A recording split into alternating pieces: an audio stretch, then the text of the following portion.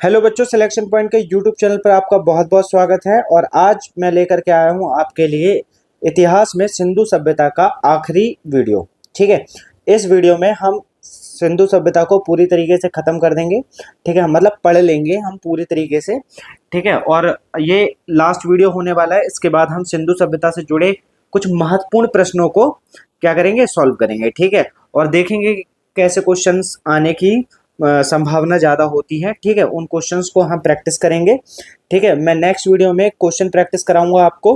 ठीक है, लेकिन आज हम इस सभ्यता को क्या करते हैं, खत्म करने की ओर थोड़ा सा आगे बढ़ते हैं। ठीक है, और पिछली सभ्यता में, पिछली वीडियो में जो हमने पढ़ा था, ठीक है, उसमें हमने सिंधु सभ्यता के बारे में जो जो पढ़ा है वो अगर आपको दोबारा देखना है तो हमारी जो प्रीवियस वीडियो की लिंक है वो हमारी डिस्क्रिप्शन में आपको मिल जाएगी। ठीक है, आप हमारे वीडियो को लाइक करें, सब्सक्राइब करें।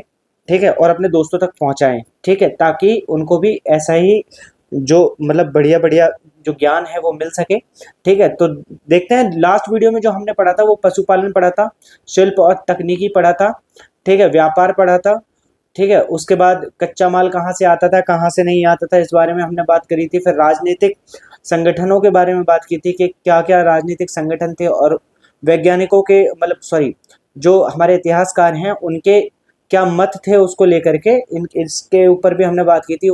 और हमने हड़प्पा संस्कृति का लगभग पूरा सामाजिक जीवन, धार्मिक जीवन, धार्मिक प्रथाएं, ये सब पढ़ लिया था। ठीक है, तो आज जो हम पढ़ने जा रहे हैं वो हम पढ़ने जा रहे हैं यहाँ पे मिली हुई लिपियों के बारे में। ठीक है, तो देखिए मैं आपको पहले ही बता दूं कि हड़प्पा में जो भी लिपि मिली है वो अभी तक पढ़ी नहीं गई है। ठीक है, इसलिए इससे हमें पता नहीं चल पा रहा है कि उस समय के लोगों ने क्या अपने समाज के लिए क्या योगदान दिया और क्या नहीं दिया। ठीक है, तो चलिए वीडियो को शुरू करते हैं और हड़प्पा लिपि के बारे में पहले थोड़ी सी बात कर लेते हैं। ठीक है, तो हड़प्पा लिपि जो है, सिंधु लिपि के विषय में सर्वप्रथम जो विचार व्यक्त किए थे वो थे अलेक्जेंडर कनिंगम। ठीक है, इन्होंने अपने विचार प्रकट किए और 1873 ईस्वी में इन्होंने बताया कि लिपि का संबंध जो है वो ब्रह्मी लिपि से है। किससे है?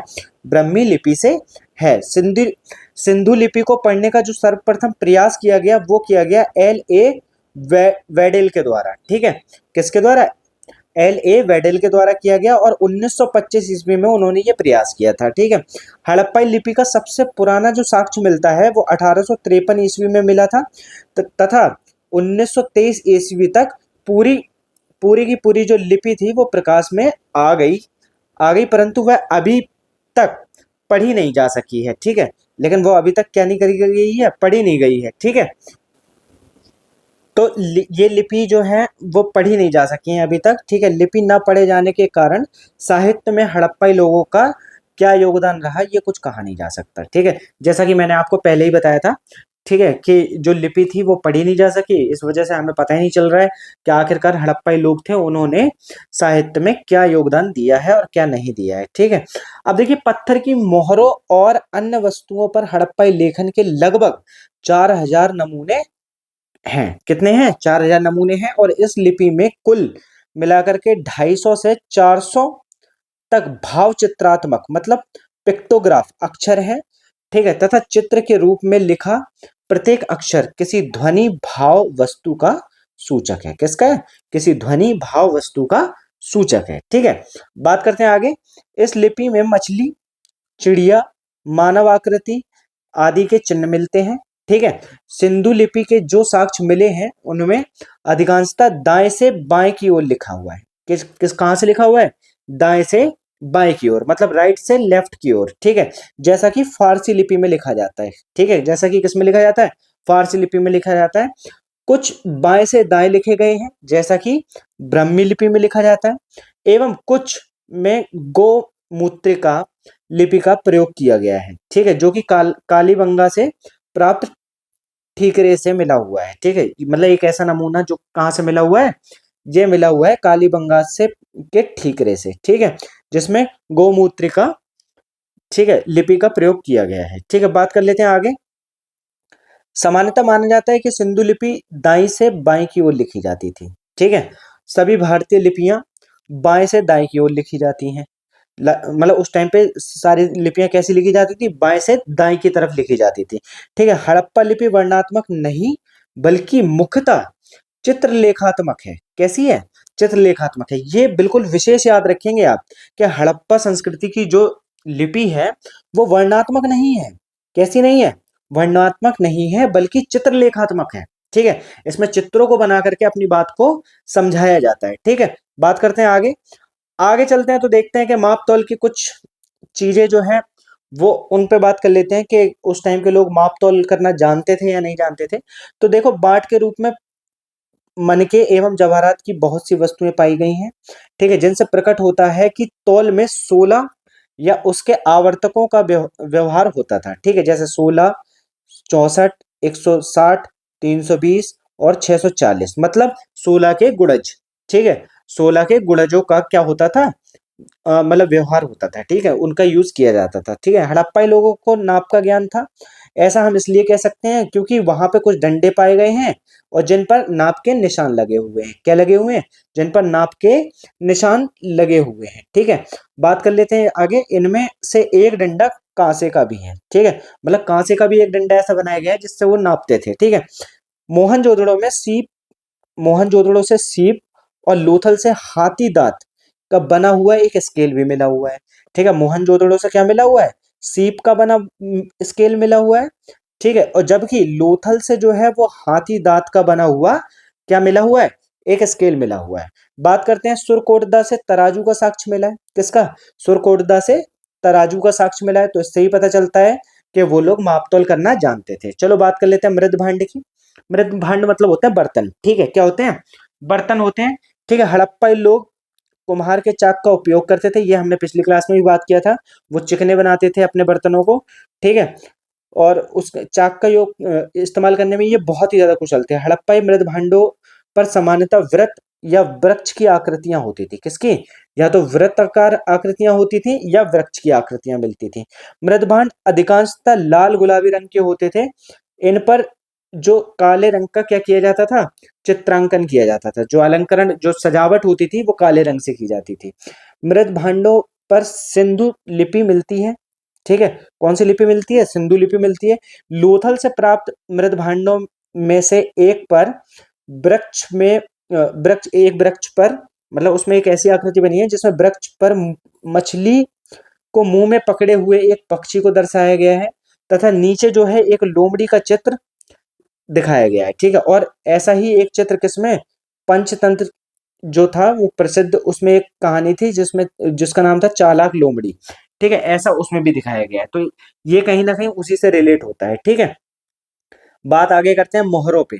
ठीक है, देखिए, बात अगर मोहरों की करी जाए तो मोहरे जो है हड़प्पा संस्कृति की सबसे अच्छी कलाकृतियों में से मानी गई हैं। ठीक है, तो हड़प्पा संस्कृति की सर्वोत्तम कलाकृति जो है वो है उसकी मोहरे।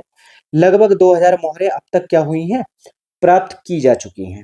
ठीक है, मोहरों पर लघु लेखों के साथ एक श्रृंगी पशु, एक श्रृंगी मतलब एक सींग वाला पशु, भैंसा, बाघ, सांड, बकरी, हाथी की आकृतियां उकेरी गई हैं। ठीक है, किसकी आकृतियां?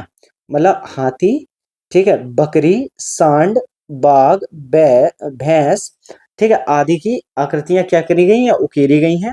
ठीक है, मोहरों के बनाने में सर्वाधिक जो उपयोग किया गया है वो सेल खड़ी का किया गया है। किसका किया गया है? सेल खड़ी का उपयोग किया गया है। अब बात कर लेते हैं, लोथल और दसेलपुर में तांबे की बनी मोहरें भी प्राप्त हुई हैं। कहां पर? लोथल और देसलपुर में। किसमें? लोथल और देसलपुर में तांबे की बनी मोहरें भी प्राप्त हुई हैं। सेंधव मोहरें प्राय बेलनाकार, कैसी? बेलनाकार, वर्गाकार, आयताकार एवं वृत्ताकार हैं। कैसी हैं? वृत्ताकार हैं। ठीक है, तो यहाँ पे हमने ध्यान दिया कि कैसी हैं? वृत्ताकार हैं। तो हमने देखा कि कैसे कैसे हमें मोहरें मिल रही हैं। हमें बेलनाकार मिल रही हैं, वर्गाकार मिल रही हैं, आयताकार मिल रही हैं और वृत्ताकार मिल रही हैं। मोहनजोदड़ो एवं लोथल से नाव की आकृति वाली मोहर भी मिली हुई है। ठीक है, कैसी? मोहनजोदड़ो और लोथल से मिली है एक नाव की आकृति वाली मोहर भी मिली हुई है वहां से। ठीक है, अगर बात कर ले प्रतिमाएं मतलब मूर्तियां, ठीक है, इनके बारे में अगर बात की जाए तो देखो, कांसे की जो एक मूर्ति मिली है ना, वो मूर्ति कला का सबसे सर्वश्रेष्ठ नमूना है और संपूर्ण मूर्ति गले में पड़े हार के अतिरिक्त पूर्णतः नग्न है। ठीक है, मतलब कपड़े नहीं पहने उसने, ठीक है, सिर्फ उसके गले में एक हार पड़ा हुआ है। ठीक है, और ये जो पद्धति है ना, ये लुप्त मोम पद्धति है पर आधारित कला, मतलब जो मूर्ति कला है। ठीक है, ये किस पे आधारित है? यह है मोम पद्धति पर आधारित एक, क्या है, एक मूर्ति कला है। मोहनजोदड़ो से 2 तांबे की मानव मूर्ति तथा भैंसा व भेड़ की कांस्य मूर्ति मिली है। ठीक है, क्या मिली है? मोहनजोदड़ो से 2 तांबे की मूर्ति मानव मूर्ति मिली है 2। ठीक है, वो भी तांबे की बनी हुई। भैंसा व भेड़ की कांस्य मूर्ति मिली हुई है यहाँ से। बात कर लेते हैं हड़प्पा एवं चंदूदड़ो से बैलगाड़ी तथा इक्का गाड़ी प्राप्त हुई है। क्या प्राप्त हुई है? बैलगाड़ी और इक्का गाड़ी प्राप्त हुई है। बात कर लेते हैं अब बात करेंगे मृड मूर्तियों की। किसकी? मृड मूर्तियों की। ठीक है, तो मृड मूर्तियां क्या होती हैं? सिंधु प्रदेश में अत्यधिक संख्या में आग में पकी हुई मिट्टी की बनी मूर्तियां मिली हैं, जिसको हम टेराकोटा कहते हैं। किसको कहते हैं? टेराकोटा कहते हैं। क्या कहते हैं उसको? टेराकोटा कहते हैं। ठीक है, जिनमें अब इनमें क्या हुआ? इनमें पक्षी, कुत्ते, भेड़, गाय, बैल, बंदर और आदि की क्या मिलती हैं? प्रतिकृतियां मिलती हैं। ठीक है, मतलब उनकी इमेजेस उस पर उकेरी गई हैं। ठीक है, पुरुषों और स्त्रियों की जो इमेजेस भी मिली हैं, जिनमें पुरुषों से स्त्रियों की संख्या ज्यादा है। ठीक है, इनमें क्या है? पुरुषों से स्त्रियों की संख्या बहुत ज्यादा पाई गई है। ठीक है, अब देख लेते हैं यहाँ पे अंतिम संस्कार करने के कौन कौन से नियम थे, कैसे कैसे यहाँ पे अंतिम संस्कार होता था। ठीक है, इनकी बात कर लेते हैं। तो देखो, अगर बात की जाए अंतिम संस्कार की, तो अंतिम संस्कार इस तरीके से होता था कि 3 तरीके होते थे अंतिम संस्कार के। ठीक है, जैसा कि 3 प्रथाएं मिलती हैं। ठीक है, पहला ये होता था कि दाह संस्कार होता था, इसको दाह संस्कार कहते थे। इसमें सबको पूर्ण रूप से जलाने के बाद जो इसमें भस्मावशेष बचते थे, ठीक है, उसको मिट्टी के पात्र में रखकर दफना दिया जाता था, जो कि हिंदू विधि से मिलती जुलती क्या है? प्रथा है। और ये सर्व प्रमुख प्रथा थी। ठीक है, कैसी थी? सर्व प्रमुख प्रथा थी। उसके बाद अगर बात की जाए तो पूर्ण समाधिकरण, इसमें पूर्ण शव को भूमि में दफना दिया जाता था।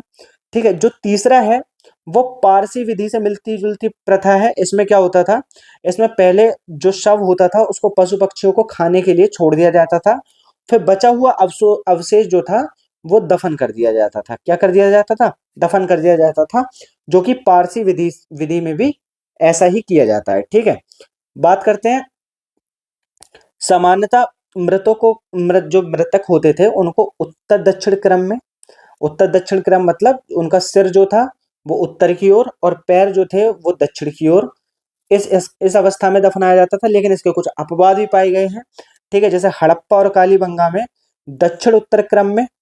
ठीक है, लोथल में देखा जाए तो पूर्व पश्चिम क्रम में, रोपड़ में देखा जाए तो पश्चिम और पूर्व के क्रम में भी मृतकों को दफनाया जाने के प्रमाण मिलते हैं। ठीक है, अब क्या होता था कि एक कब्र में वैसे तो एक ही व्यक्ति को दफनाया जाता था, परंतु कालीबंगा से कुछ कब्रें ऐसी मिली हैं जिनमें तीन युगल युग्म समाधिकरण मतलब समाधान मिलते हैं। उसमें क्या होता था? उसमें एक कब्र में 2-2 मृतकों को दफनाया गया है। ठीक है, ऐसे भी कुछ साक्ष्य मिले हैं हमें। ठीक है, रोपड़ की कब्र से मालिक के साथ कुत्ते को दफनाए जाने के प्रमाण मिल रहे हैं। ठीक है, और लोथल में एक कब्र से उसके मृतक के साथ उसके बकरे को दफनाए जाने के साक्ष्य मिले हुए हैं। ठीक है, तो लोथल से क्या हुआ है? लोथल से एक कब्र से मृतक के साथ उसके बकरे को दफनाए जाने के प्रमाण मिले हैं। ठीक है, बात करते हैं उद्धव उत्थान और अवसान की। ठीक है, कि मतलब आखिरकार हम बात करेंगे अब हड़प्पा संस्कृति का उद्धव उत्थान और अवसान कैसे बात करने जा रहे हैं उद्धव उत्थान और अवसान की। ठीक है, तो परिपक्व हड़प्पा संस्कृति का अस्तित्व जो है वो संभवतः 2550 से लेकर के 1950 ईसा पूर्व के मध्य रहा होगा। ठीक है, हम ऐसा मान के चलते हैं।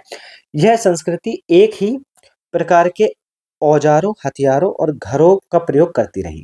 ठीक है, इसने क्या किया? एक ही प्रकार के औजार, एक ही प्रकार के हथियार और एक ही प्रकार के घरों का प्रयोग करती रही। जबकि मोहनजोदड़ो की मृदभांड कला में समय समय पर परिवर्तन भी दिखाई देते हैं। ठीक है, ईसा पूर्व 19वीं सदी में आकर इस संस्कृति के 2 महत्वपूर्ण नगर हड़प्पा और मोहनजोदड़ो लुप्त हो गए। ठीक है, कब लुप्त हो गए? लगभग 19वीं सदी में। ठीक है, अन्य स्थानों में हड़प्पा संस्कृति गुजरात, राजस्थान, हरियाणा और पश्चिम उत्तर प्रदेश के अपने सीमांत क्षेत्रों में लंबे समय तक जीवित रही। ठीक है, राजस्थान, गुजरात, हरियाणा और पश्चिमी उत्तर प्रदेश के अपने सीमांत क्षेत्रों में लंबे समय तक जीवित रही। ठीक है, उसके बाद संभवतः सिंधु क्षेत्र में वर्षा की मात्रा 3000 ईसा पूर्व के आसपास कुछ बढ़ी और पुनः दूसरी सहस्त्राब्दी लगभग 2000 ईसा पूर्व के आरंभ में कम हो गई। इससे खेती और पशुपालन पर दुर्प्रभाव प्रभाव पड़ा उसका। ठीक है, मतलब उसका प्रभाव अच्छा नहीं पड़ा। ठीक है, कुछ लोगों का मत है कि पड़ोस के रेगिस्तान में के फैलने से मिट्टी में लवणता बढ़ गई और उर्वरता घटती गई। इसी से सिंधु सभ्यता का पतन हो गया। ऐसा अलग अलग लोग मान रहे हैं। ठीक है, मतलब इसके बारे में भी कोई मत जो है वो एक सम्मत नहीं है। ठीक है, कि आखिरकार सिंधु सभ्यता का अंत कैसे हुआ होगा। दूसरा मत यह भी है कि जमीन धस गई, सॉरी भैंस से गई नहीं, धस गई, जमीन धस गई या ऊपर उठ गई, जिससे इसमें बाढ़ का पानी जमा हो गया। ठीक है, और यहां से इसका अंत हो गया। भूकंप के कारण सिंधु नदी की धारा परिवर्तित हो गई। ठीक है, जिसके फलस्वरूप मोहनजोदड़ो का पृष्ठ प्रदेश पूर्णतः नष्ट हो गया। ठीक है, जिससे क्या हुआ, मोहनजोदड़ो का पूर्णतः पृष्ठ प्रदेश नष्ट हो गया। ठीक है, उसके बाद बात करते हैं, यह भी मत है कि हड़प्पा संस्कृति को आर्यों ने नष्ट कर दिया, परंतु इसके साक्ष्य बहुत कम है। ठीक है, इसके साक्ष्य कैसे हैं, इसके साक्ष्य बहुत कम है। ठीक है, अब देख लेते हैं कुछ सिंधु सभ्यता के पतन में इतिहासकारों का क्या मत है। ठीक है, इस पर बात करेंगे, इतिहासकार और ये उनके मत। ठीक है, गार्डन चाइल्ड व व्हीलर, ठीक है, ये कहते हैं कि सिंधु सभ्यता विदेशी आक्रमण व आर्यों के आक्रमण से नष्ट हुई, जबकि जॉन मार्शल जी इसी में कहते हैं, ठीक है, कि इस सभ्यता का विनाश के लिए भूकंप उत्तरदायी है। ठीक है, प्रशासनिक शिथिलता के कारण इस सभ्यता का विनाश हुआ होगा। ठीक है, ऐसा कौन कहते हैं, जॉन मार्शल जी कहते हैं। वहीं अर्नेस्ट मैके और जॉन मार्शल, ठीक है, दोनों ने ये कहा कि सिंधु सभ्यता बाढ़ के कारण खत्म हुई। ठीक है, फेयर सर्विसेज कहते हैं कि संसाधन की कमी, वनों के कटाव और परिस्थिति असंतुलन का जो कारण था, यही उसके अंत का कारण बना। ठीक है, वही बात कर लेते हैं अगर आरएल स्टाइन की। ठीक है, ईंटों के पकाने तथा घरों के निर्माण के लिए व्यापक वन कटाव के कारण जलवायु परिवर्तन होने से यह सभ्यता क्या हो गई, नष्ट हो गई, ऐसा मानते हैं ये। ठीक है, मार्टिमर व्हीलर की अगर बात की जाए तो वो कहते हैं कि हड़प्पा संस्कृति का आकस्मिक अंत हुआ था। ठीक है, हड़प्पा सभ्यता का का आधार विदेशी था। ठीक है, हड़प्पा सभ्यता का आधार कैसा था, विदेशी था। ठीक है, वहीं लैम्ब्रिक कहते हैं कि सिंधु तथा अन्य नदियों के मार्ग परिवर्तन के कारण इसका अंत हो गया। ठीक है, जब इनको पानी नहीं मिला तो ये सब के सब खत्म हो गए। वहीं अगर बात करी जाए, एम आर साहनी जी कहते हैं कि यह सभ्यता भारी जल प्लावन के कारण नष्ट हुई होगी। ठीक है, वहीं पे राइक्स व डेल्स और डीडी कौसाम्बी जो कहते हैं, वो कहते हैं कि मोहनजोदड़ो के लोगों की आग लगाकर सामूहिक रूप से हत्या कर दी गई थी। ठीक है, ऐसा कौन कहता है, ऐसा कहते हैं डीडी कौसाम्बी। ठीक है, कौन कहता है, डीडी कौसाम्बी ऐसा कहते हैं। हड़प्पा संस्कृति ना नगरीयोत्तर अवस्था की बात कर लेते हैं हम। हड़प्पा संस्कृति की नगरीयोत्तर अवस्था कैसी थी, इस पे बात करते हैं। ठीक है, देखो, हड़प्पा संस्कृति संभवतः 1900 ईसा पूर्व तक अस्तित्व में रही। इसके बाद नगरीयोत्तर हड़प्पा संस्कृति के कुछ लक्षण पाकिस्तान में, मध्य एवं पश्चिमी भारत, ठीक है, जिनमें कि राजस्थान, पंजाब, ठीक है, हरियाणा और दिल्ली, उत्तर प्रदेश तथा जम्मू कश्मीर में भी दिखाई देते हैं। ठीक है, इसके बाद बात करते हैं। ठीक है, इनका काल संभवतः 1900 ईसा पूर्व से लेकर के 1200 ईसा पूर्व तक हो सकता है। ठीक है, हड़प्पा संस्कृति की नगरीयोत्तर अवस्था को उप सिंधु संस्कृति कहते हैं। यह उत्तर हड़प्पा संस्कृतियां मूलतः ताम्र पाषाणिक हैं, जिनमें पत्थर और तांबे के औजारों का प्रयोग होता है। जिनमें क्या होता है, पत्थर और तांबे के औजारों का प्रयोग होता है। ठीक है, होता था मतलब उस टाइम पे। ठीक है, गांव में धातु संबंधी तकनीकी जानकारी के फैलने से खेती करने और बस्तियां बनाने में सहायता मिली। ठीक है, क्या मिली, गांव में धातु संबंधी तकनीकी जानकारी के फैलने से खेती करने में और बस्तियां बनाने में क्या हुआ, सहायता मिली। ठीक है, वहीं बात कर लेते हैं गिलुंद, जो आहार संस्कृति का स्थानीय केंद्र जैसा लगता है, में ईंटों की संरचनाएं मिली हैं। इसमें गिलुंद में क्या मिली हैं, ईंटों की संरचनाएं मिली हैं, जिन्हें संभवतः 2000 ईसा पूर्व और 1500 ईसा पूर्व के मध्य रखा जा सकता है। कहाँ रखा जा सकता है, 2000 ईसा पूर्व से लेकर के 1500 ईसा पूर्व के मध्य रखा जा सकता है। ठीक है, जोवे बस्तियों में सबसे बड़ी दैमाबाद की बस्ती है, जो लगभग 22 हेक्टेयर में बसी थी और जहां 4000 की आबादी रही होगी। इसके फलस्वरूप जो आद्य नगरीय कहा जा सकता है, मतलब इसको सेमी सिटी कह सकते हैं अपन। ठीक है, परंतु अधिकांश जोरवे बस्तियां ग्रामीण हैं। कैसी हैं, ग्रामीण हैं। नगरीय उत्तर हड़प्पाई बस्तियां स्वात घाटी में मिली हैं, जो लोग यहाँ लोग क्या करते थे, पशुचारण के साथ साथ अच्छी खेती करते थे। ठीक, क्या करते थे, पशु चारण के साथ साथ अच्छी खेतियां भी करते थे। वहीं अगर बात की जाए कि स्वात घाटी के निवासी चाक व लाल व काले, चाक पर लाल व काले रंग वाले मृदभांड तैयार करते थे। ठीक है, भारत में स्थित पंजाब, हरियाणा, उत्तर प्रदेश, जम्मू और अनेक उत्तर हड़प्पा स्थलों की खुदाई हुई है। इनमें से जम्मू में मांडा, पंजाब में चंडीगढ़ और संघोल, हरियाणा में दौलतपुर, ठीक है, और उत्तर प्रदेश में आलमगीरपुर और हुलास उल्लेखनीय है। क्या है, ये जगह जो है वो उल्लेखनीय। आलमगीरपुर में उत्तर हड़प्पाई लोग संभवतः कपास का प्रयोग धागे के लिए करते थे। ठीक है, और यहाँ पे हड़प्पा संस्कृति की उत्तरकालीन अवस्थाओं में कुछ बाहरी औजार और मृदभांड पाए गए हैं, जिनसे संकेत मिलता है कि सिंधु घाटी के बाहर के लोग धीरे धीरे प्रवेश करने लगे। जिसमें क्या हुआ, सिंधु घाटी में बाहर के लोग क्या कर रहे थे, धीरे धीरे आ रहे थे। ठीक है, मोहनजोदड़ो की अंतिम अवस्था में असुरक्षा और अशांति के कुछ लक्षण दिखाई देते हैं। आभूषणों की निधियां स्थान स्थान पर गड़ी मिली हैं। ठीक है, मतलब जो आभूषण थे उनकी पोटली बना करके स्थानों में गाड़ दी गई थी। और एक स्थान पर आदमी की खोपड़ियों का ढेर मिला है। क्या मिला है, आदमी की खोपड़ियों का ढेर भी मिला है यहाँ पे। ठीक है, अब यही बात करते हैं, हड़प्पा की अंतिम अवस्था में एक कब्रिस्तान में नए लोगों के अवशेष मिले हैं, जहां नवीनतम स्तरों पर नए प्रकार के मृदभांड है। ठीक है, क्या है, नई जगह पर नए स्तरों पर नए प्रकार के क्या है, मृदभांड है। पंजाब, हरियाणा और उनके स्थलों पर लगभग 1200 ईसा पूर्व के उत्तरकालीन हड़प्पा मृदभांडों के साथ साथ धूसर मृदभांड, मतलब ग्रेवेयर और चित्रित धूसर मृदभांड पीजीडब्ल्यू पाए गए हैं, जो आमतौर पर वैदिक लोगों से जुड़े हैं। क्या है, जो वैदिक लोगों से जुड़े हुए हैं। ठीक है, तो आज हमारी वीडियो में बस इतना ही। ठीक है, आज हमने यहाँ पर हड़प्पा सभ्यता को पूरी तरीके से समाप्त कर दिया है।